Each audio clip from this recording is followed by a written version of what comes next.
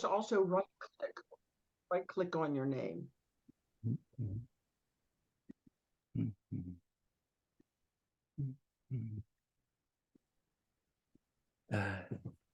Welcome everyone to a convocation sponsored by the UU Multiracial Unity Action Council, UUMUAC, called How White Guilt Harms Everyone. This is the goal of our organization, the unity of the light and dark-skinned people of the world. We call it multiracial unity. That's what we're about. That's what we're working toward. Today, we hope to spend no more than 90 minutes talking about these three things, but we're willing to stay on at the end if there are people who had comments to make or observations or challenges to give and haven't had a chance. We can stay on at the end after 90 minutes, but this is the plan. 3 short sessions, each followed by some discussion, some chances for people to respond or challenge or question. And I'm starting out. This first session is kind of bad-mouthing the UU national leadership. It's not the point. It seems inevitable, though, if we're going to talk about this subject. But the point of this convocation is not to badmouth the UU national leadership, but rather to actually make a contribution to better race relations by talking about the bad effects of what sometimes is called white guilt or white shame, the discomfort that a lot of white people feel on the subject of race relations. So I'll begin now. Well, first I'll cough and then I'll begin. And I'll meet there.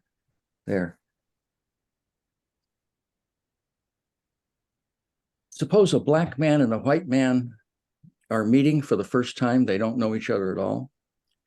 My sense is that the black man is wary because he thinks that the white man might call him the N-word or at least think it.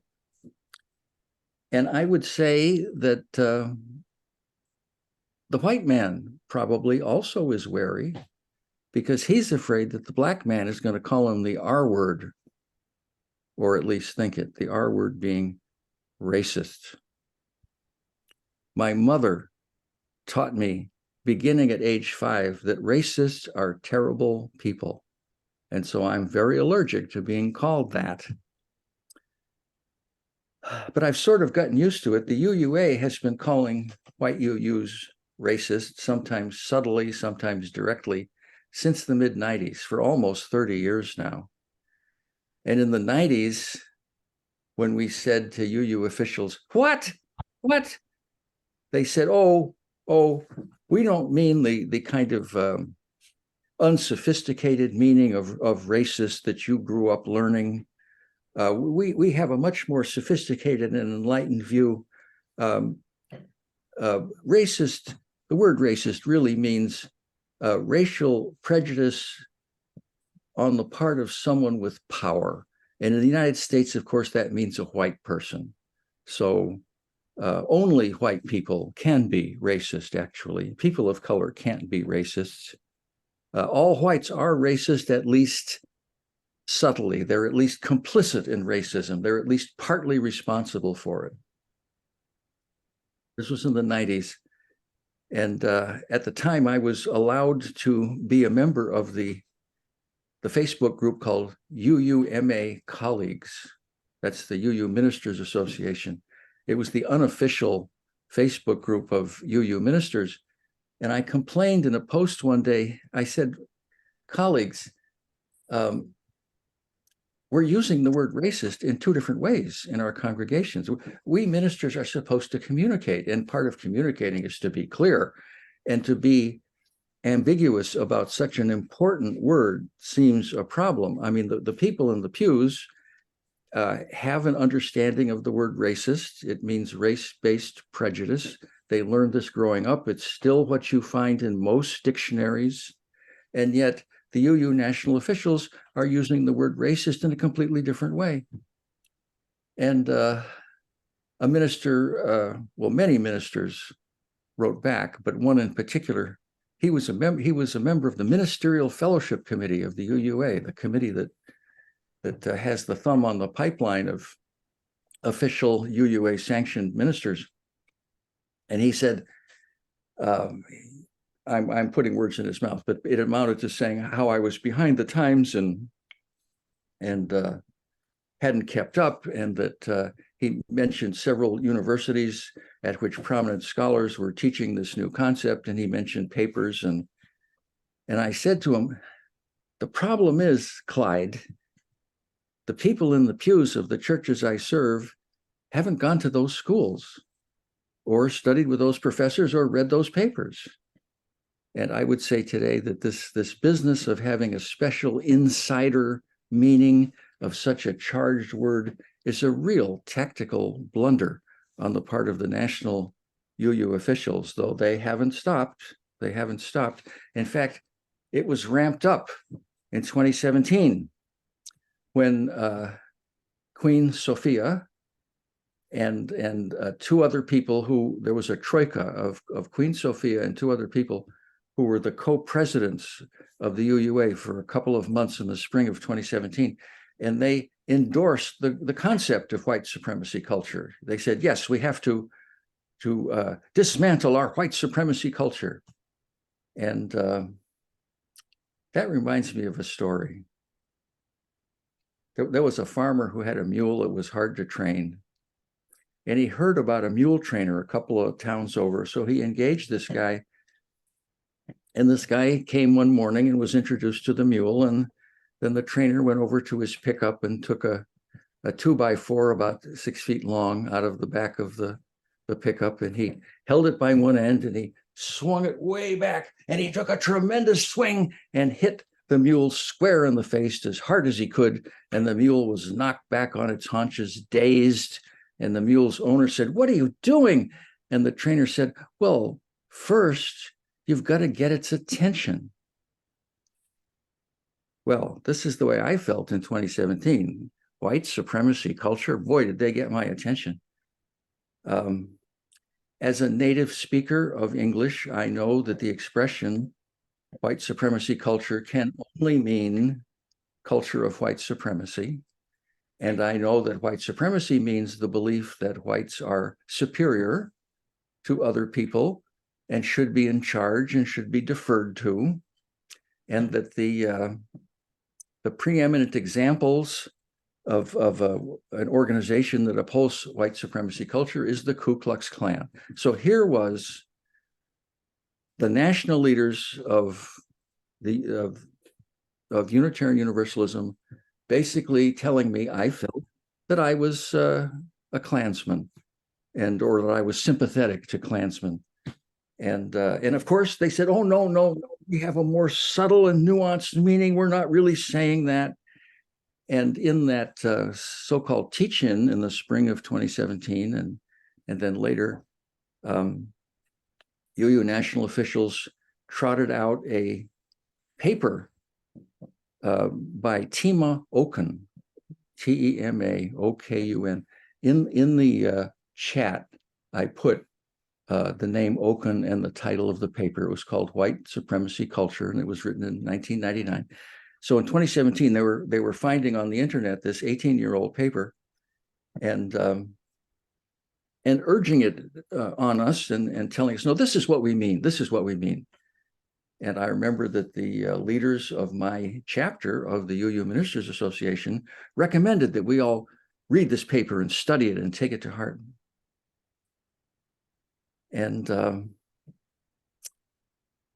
paper, though, if you read it, said that things like valuing hard work and thinking logically were white characteristics, which implied, of course, that Black and brown people don't value logical thinking or hard work. It was really a racist thing that they were doing, I thought. And I noticed with pleasure that when excerpts from the paper were posted by the Smithsonian's National Museum of African American History and Culture, when those were put on the internet, they were taken down almost immediately because they were attacked as not just anti-white racist, but anti-black racist. My goodness.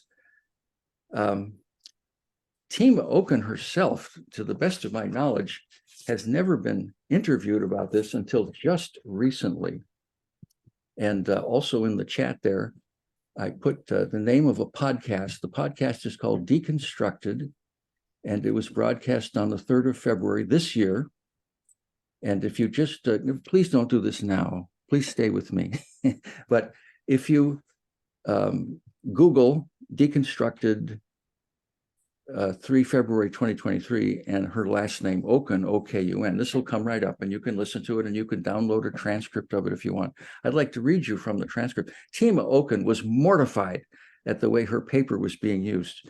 And I believe this is the first time she was ever interviewed about it. So I'd like to read some excerpts from her interview.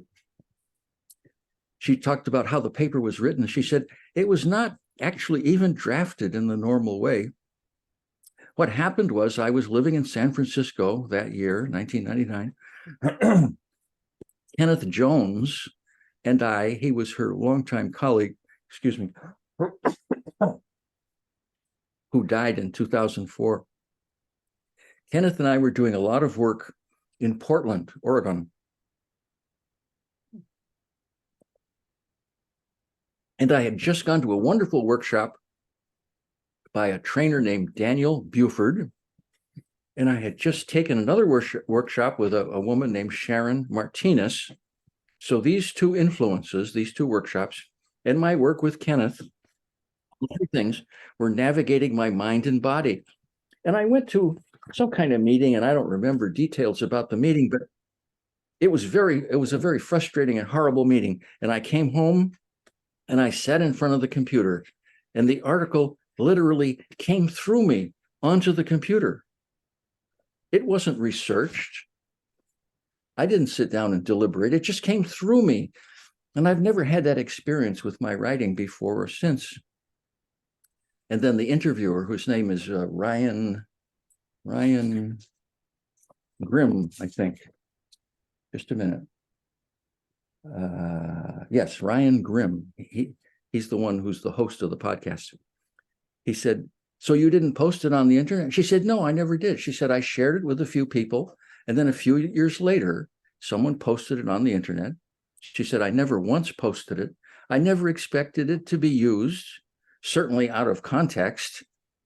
And then it just started circulating, and it kind of started to have a life of its own.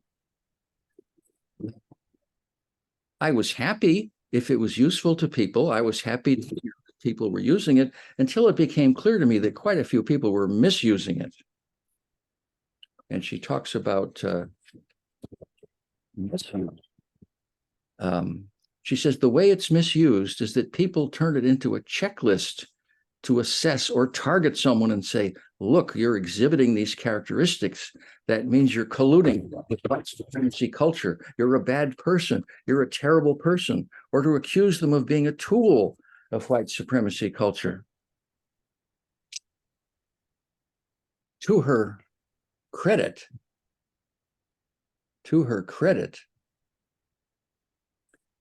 Tima Okun has created a website, and I put the, did I put the address of that? No, I didn't put that in the chat, but I'll tell you what it is. The name of the website, please don't go there now, please stay with me, is White Supremacy Culture. Just run those words together, no spaces, White Supremacy Culture.info, not the usual .com or .org or .edu, but info, I-N-F-O. whitesupremacyculture.info. That's the brand new website of Tima Okun, and she's trying to redeem her reputation. And she says the website is really a book, and she's talking and using the words of others and talking at great length about what she really meant by white supremacy culture. Another thing that the UU national officials pointed to back in 2017 when they started talking about white supremacy culture was an article that the Reverend Derek Jackson had put into UU World in September of 2017. I put information about that in the chat. His name is, if you just Google, please don't do it now. If you Google Jackson, Othering and Belonging, which was the name of his article, UU World, September 2017, it'll come right up.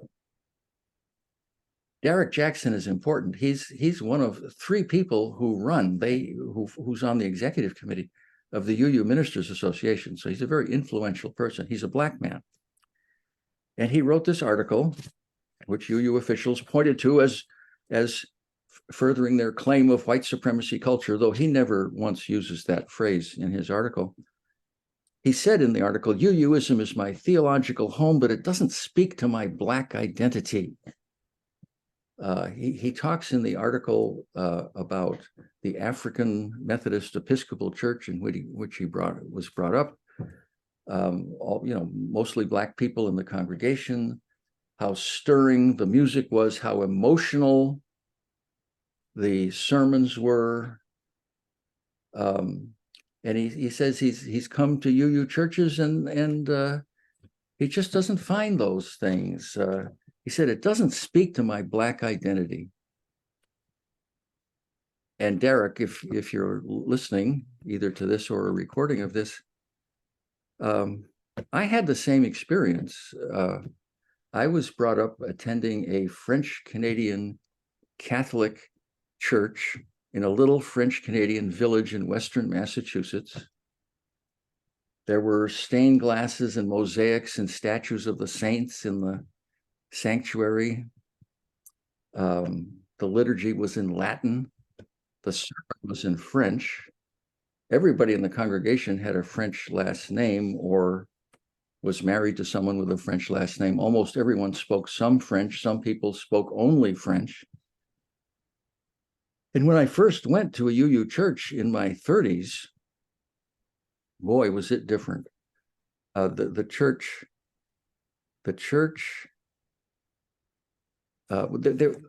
there were almost no former Catholics in the congregation. Almost everybody was a lifelong Protestant. And there was an undercurrent of anti-Catholicism, which would bubble to the surface every once in a while, and which is perfectly understandable. I mean, Protestantism is, of course, protests Catholicism, right? That's what Protestantism is about.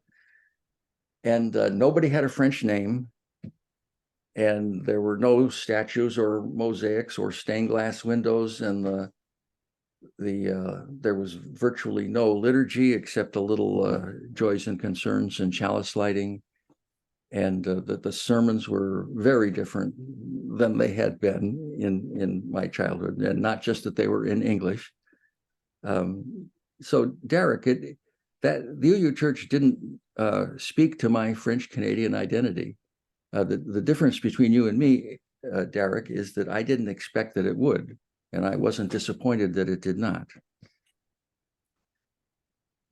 I would say, as Steve Miles said in our convocation back in February, I think, UUs aren't racist. The first principle screens out people, right? People who are attracted to us are attracted especially to our most profound principle, the one that expresses the core Unitarian and Universalist value, the inherent worth and dignity of every person. That screens out people who are racist. That screens out people who are white supremacists.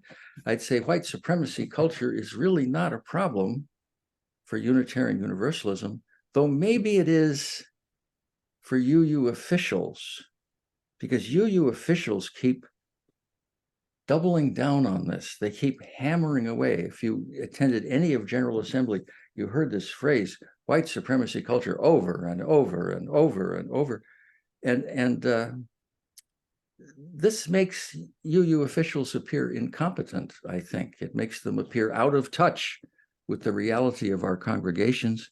And it makes them appear maybe even untrustworthy, because if they keep doubling down on such a dumb idea, maybe they have a hidden motive. Maybe they have a hidden motive. Anyway, I'm going to stop the recording, and